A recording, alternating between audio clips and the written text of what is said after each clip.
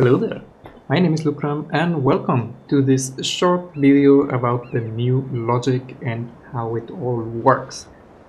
In this video I'm going to be covering all the new logic blocks, how they work, and I'm going to teach you how to use them in some very cool ways.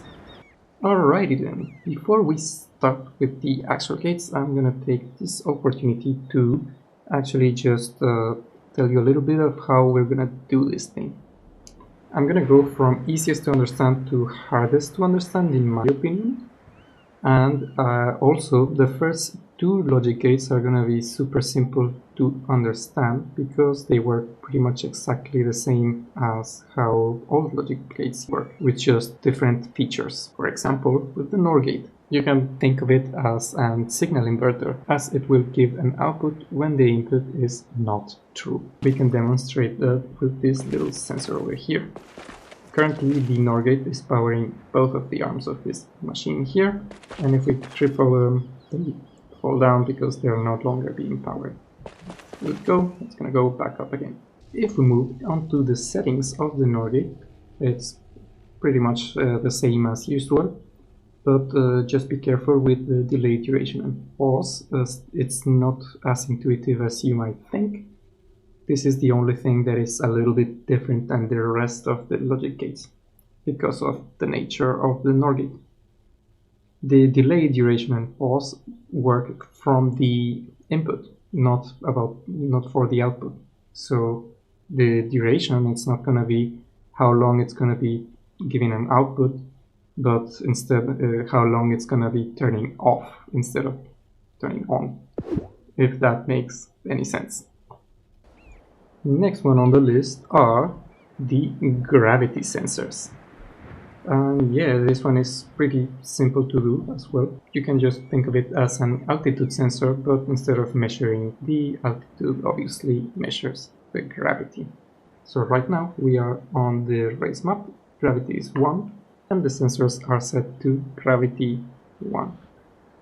The one to my right is set to trigger below, and the one to my left is set to trigger above. You can see the one to the right is currently triggered, so we can deduce from this that the sensor works in this way. Trigger below would be equal or below the constant you have set, and trigger above would be just greater than the constant you have set, in this case 1. Alrighty then, it is time for us to move on to the next group, and these are different because they have a new behavior. And this new behavior for these new logic components is that they can take, and most can output, an input or output however large you want. You are no longer restricted to the -1 to +1. And to those wondering how this will play with the current gates that have the limit, if your input is exceeding the -1 to +1 barrier of the old logic, it just gets clamped down. So an input of 10 would mean the same as an input of 1 to an OR gate, for example. But not for the display, which is our first entry here. It's super easy to understand. You give it an input and it displays that input as a numerical value. The display on the right is just the raw data being given out, and to the left of it we have 3 options for rounding. The one on the top is rounding to the ceiling. That means if it's like for example 2.1, it's going to round it up to 3. The one in the middle is going to round to the nearest, so anything below like 2.5 is going to be rounded down to 2, and anything above the 2.5 is going to get rounded up to 3. And the bottom one is rounding to the floor, which is just that anything will be rounded down. So like 2.9 is going to get rounded down to 2. You can see that there. And the other thing we can show with the new display is the limit. It can display up to 1000 basically, and then it's gonna go into scientific notation, going the times 10 to the power of 3 with E3. The next one on the line is the comparison logic gate, or as I call it, comparator, because it's shorter and easier. This one is pretty simple. Basically just compares an input to a threshold. You set the threshold inside, set what you want to do, whether it be equal, greater than, lesser than, greater equal, or lesser equal, and then it will give an output if the conditions are met. For example, here we have a couple of things happening. All of these comparators are set to 2, so you can quickly see what's going to happen when the output reaches 2 or any of the other values above or below 2. When it's below, the ones on the left are going to trigger. When it's the same, the ones in the middle trigger, and when it's over, the ones on the right trigger. Pretty simple to understand. If we go into the settings of the comparator, we can check out that you have normal stuff as always, and you have now the threshold. This is what you're going to be comparing your input towards, and your output, which is the signal that is going to come out of the comparator when this threshold and the comparison mode are met. Here you can check, you got the less than, greater than, equal, not equal, less equal, greater equal. So all of those are very useful to use. I forgot to add the not equal in all of this, but it's basically the inverse of equals, so easy to understand. And clamp input, it's pretty self-explanatory. It clamps the input between -1 and +1. So if the input is, for example, 3, it's gonna be reduced back to 1. Personally, I don't find this very useful, but the feature's there, so if you want to use it, use it. Alright, next in line is the arithmetics block. This one is a little bit scary, but it's also pretty simple to understand once you get the hang of it.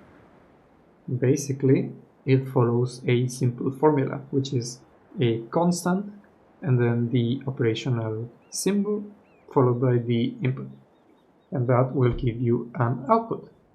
Basically what this means is that in this example the constant is set to 5, you set it inside the block, so basically you set it like this, 5, then operational symbol, and then your input equals your output.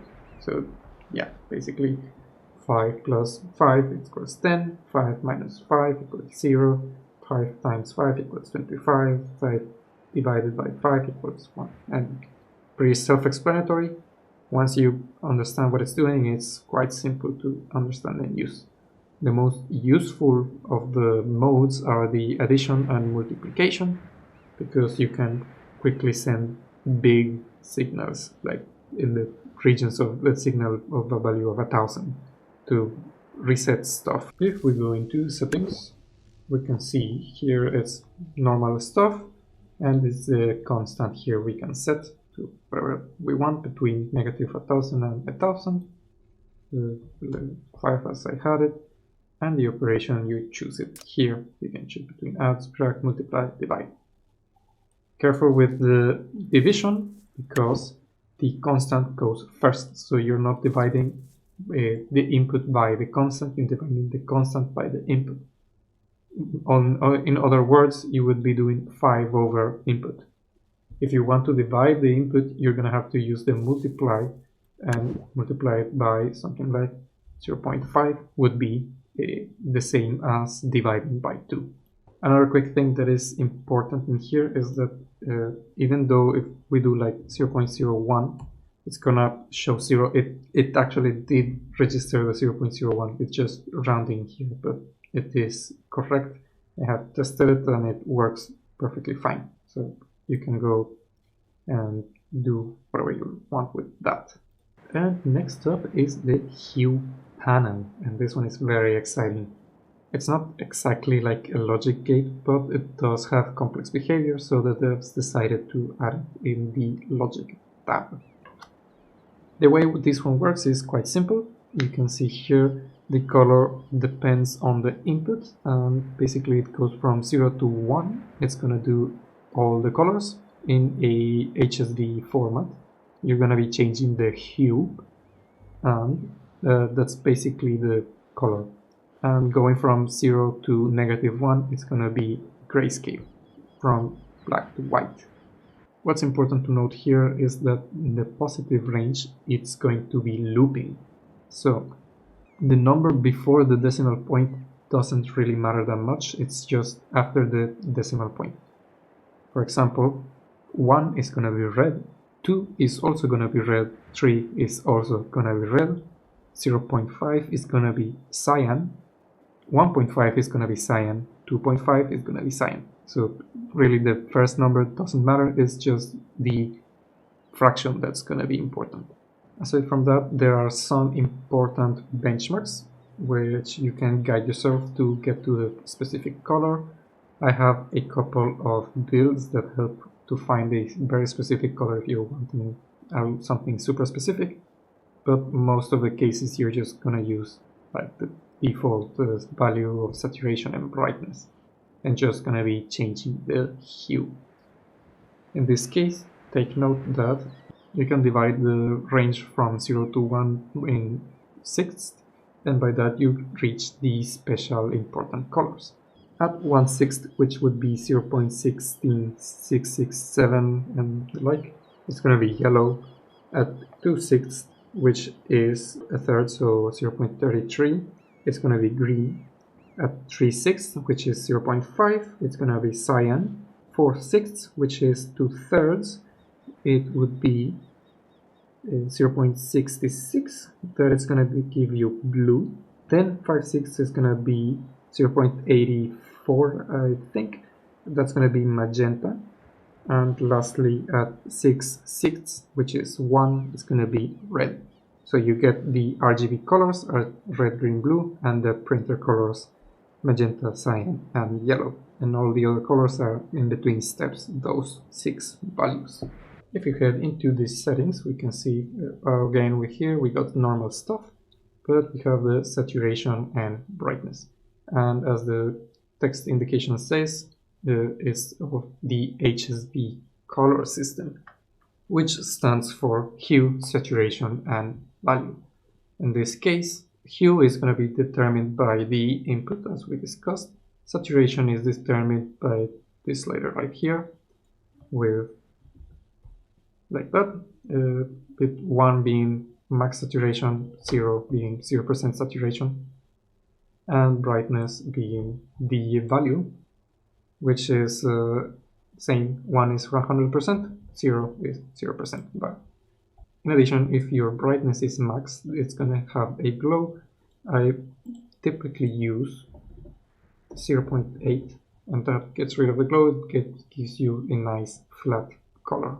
And lastly, we have the accumulator, the star of the show. This is my favorite block in this whole update, and probably my favorite part of this whole update, including all of the new physics and the like. I just love this block so much. It is incredibly versatile. It's gonna make a lot of complex systems a lot easier. So right here I have a simple demonstration of the main 2 functions of the accumulator. To the left we have the default function, which is a throttle control. And what that does is basically you can slowly increase and decrease the value that's going to be getting inputted to the thrusters, giving you a stronger thrust or a weaker thrust. There you can see how it works by the thingy spinning slower or faster depending on how much the accumulator is set. This basically works like a hold position, so you can just hold, for example, space to go up, and then when you let go it's gonna stay. For example, you left it at 0.7, it's gonna stay at 0.7, and then you can set it to press shift to go back down, and that way you can slowly adjust, like with the hold position, the thrust level that you want. On the right here we have the other function, which is the use step function, and this is incredibly useful to compact counter systems. We are using it in combination of the comparators. It's super simple to do. We just set the comparators to sequential numbers, then use the step functions to go exactly by a precise amount each time we give it an input. It is important to note that you can hold this version of the accumulator. You can just keep holding the button and it's going to be updating the value every frame of the game. So it's just going to be keep going up until you stop holding. When using the step function, it's not going to be time dependent. No, it doesn't matter how long you press the button, you need to release the button and then press it again to go another step. That is why it's called a step function and why it works so well with counter systems. If we go into the settings, we can check out how the accumulator is going to be set up. You get negative, positive, and the default stuff. And then you have a minimum value, a maximum value, and scale. Simply put, minimum is how low it will go. So usually you're going to set it to 0, but you can go all the way down to negative 100. Maximum is how high it will go. So you can go up to positive 100, but you're usually not going to go that far unless you're using the normal version. Then scale is going to behave differently depending if you're using use steps or not. If you're not using use steps, this is going to represent one value for a second. So if you keep holding the button for 1 second, it will go up by 1. If it changes to 10, for example, holding the button for 1 second will change this value up by 10. But since the maximum is 4, it's just going to stay at the maximum of 4. If we use steps, it's going to go up by 1 every time we press the button. If we go by 10, it's going to go by 10 every time we press the button. What's important with this, and it's very nice, is that if we have a scale of 1 and give it an input with a value of 0.5, it's going to do half the step, so 0.5. If we have a scale of 10, it's going to do a step of 5. And this works the other way around. If we give it an input of like 1,000, it's going to go 10 times 1,000, so 10,000, it's going to be basically jumping all the way to the maximum. And that is what I usually do to reset accumulators. I use an arithmetics block set to multiply and 1,000, connected to the accumulator, and just send the signal, and that's gonna make it jump all the way to the front or all the way to the back, depending on what you do.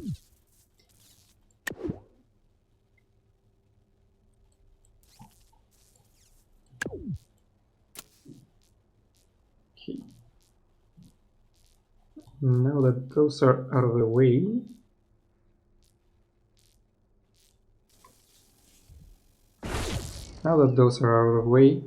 I'm gonna just quickly show a couple of examples of what you can do with these functions working all together. This here is a sequence of events. There are ways to do this with delays and stuff without having this many logic blocks, but it's just a demonstration of what you could possibly do. This system is basically just gonna take out the landing gear and put it back in. It is EMP safe, so after the EMP effects are gone, it's going to resume to working back to normal. This is because there is a singular toggle in this whole build, which is in the OR gate to the top. That OR gate is connected to the NOR gate, so it's going to be flip-flopping on which one is active. So if we go, for example, press it, now the OR gate is active. You press it again, now the NOR gate is active. And depending on which one is active, it's going to play the animation one way or the other ways. So we don't have to program a closing animation as we have done it already by doing the opening animation. It's just going to play the opening animation backwards, which is going to be the closing animation.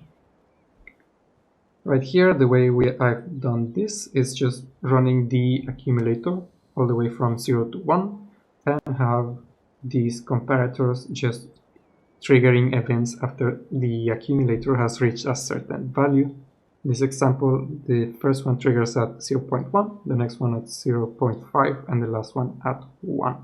And they are doing opening their green, and what they are doing is opening the pink hatch, then lowering the gear, and then closing the pink hatch.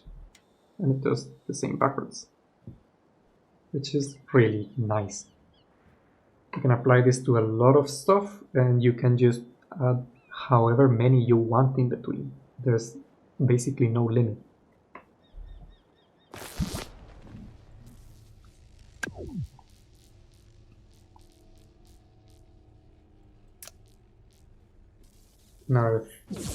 Another thing I have right here is a demonstration of throttle control. These are two logic settings. To the left one is the new way to do it, and the right one is the old way to do it. They both do basically the same thing. You can change the amount of thrust that the thrusters are going to be emitting. And you can jump to the front and jump to the back. Very easy, very simple to do. The new way is just way smaller and way better. Here is another example, this time with a counter system. Again, same as last time. The left side is the new system and the right side is the old way to do it. This is just the counter system, and basically just you can move around. And with these, you can easily make, for example, different control schemes or gears. You just enable or disable controls depending on what light is triggered. It's super easy to do, takes very little space, and you can again just expand it basically as much as you want. Another neat little thing is this thing right here, and this is a one-time input. Usually when you want something to stay on even after you let go, you use a toggle, but sometimes you want it to be just like a one-time thing. For example, you shoot a rocket and you want the rocket to be just a singular rocket. You could use a toggle, but once you use it again, it's going to turn off, and then you could use it again, so it's not really that useful. What this system does is that it locks the input, so you can no longer push it again. You can see I'm still pressing the number 2 to get the signal, but it's not passing through. Same with the number 1 on the left side, it's the new way, right side the old way, and it does the same thing, but it's just way smaller and way better. And we can reset it with the number 0, which is also a lot easier to do on the new way. This is especially cool because you can do boost systems with this. Basically what you do is hook up the one-time pulse to a booster, and you give it a duration, for example 3 seconds of boost, and you can no longer press this thing, so the boost is spent up, you no longer will be able to boost.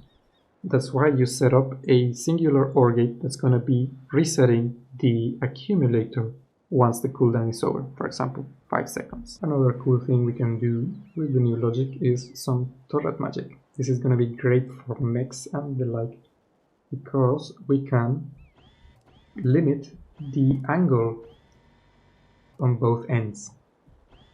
Basically I'm setting like a limit of 22 degrees downwards and a limit of 70 degrees upwards, which is something we couldn't easily do, but it's now just those logic blocks. It's super easy.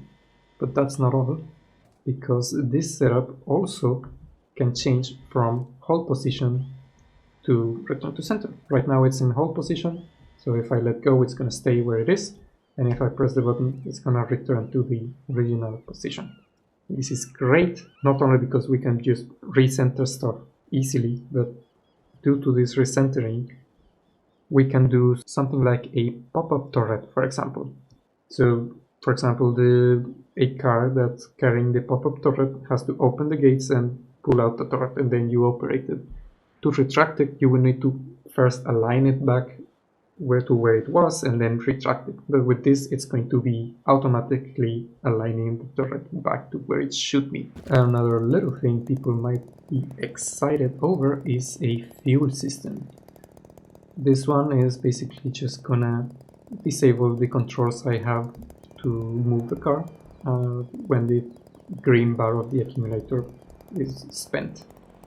So I can go, and it's gonna go down, and once it's over, I can no longer accelerate and go. It's just stop. And just as easily, we can just refuel our system and start going again. And it's just that. It's super simple. It's easy. I'm so excited about this update because it makes lots of complicated systems super easy and accessible for everyone to do, in combination of all the things we have just talked. I have made a little packet here, which is the backpack is basically pure logic, and it's just a walker. Walkers are going to be easier to program now. It's going to be basically the same thing as the sequence of events with the landing gear I showed. Instead of dealing with timings, you just set what happens first and what happens after. But this one is special because the logic is a variable speed walker. I can change how fast I want it to take the strides. And it's not something like a gear system, it's literally just, I can throttle it down to whatever speed I would like. Which is really cool in my opinion. Another thing that accumulators can be used for is to be memory. And that is very interesting because they will store a value. You can just update that value whenever you want. And this is how I made this painting console, where I can just select a color I want and then go over and select the cell and paint it. If I make a mistake, I can easily just reset the value to 0 and keep painting.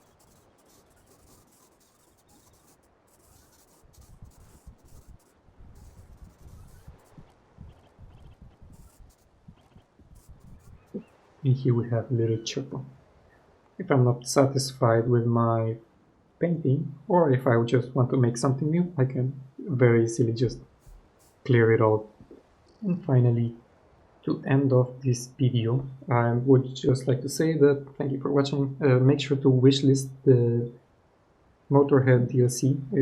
It doesn't matter if you don't buy it, it's gonna help the devs push the update to Steam and make sales. It's just gonna be better. But yeah, I'm gonna finish off this video with a couple runs of this Frogger game I made, which is absolutely insane. It fits in the 700 complexity limit, and it's completely functional and it's amazing. This would have never been possible without the new accumulators and new logic stuff. It's just amazing. It's great. Here we go.